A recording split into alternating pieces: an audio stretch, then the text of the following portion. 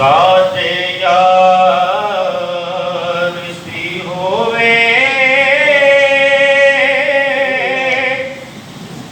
ਕਦੋਂ ਇਨਕਾਰ ਹੁੰਦੇ ਨੇ। ਰਜ਼ਾ ਦੇ ਯਾਰ ਦੀ ਹੋਵੇ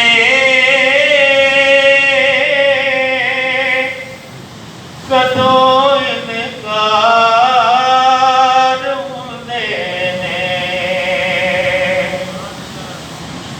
ਜ਼ਹੀਰੋ ਖੌਫ ਨਹੀਂ ਰੱਖਦੇ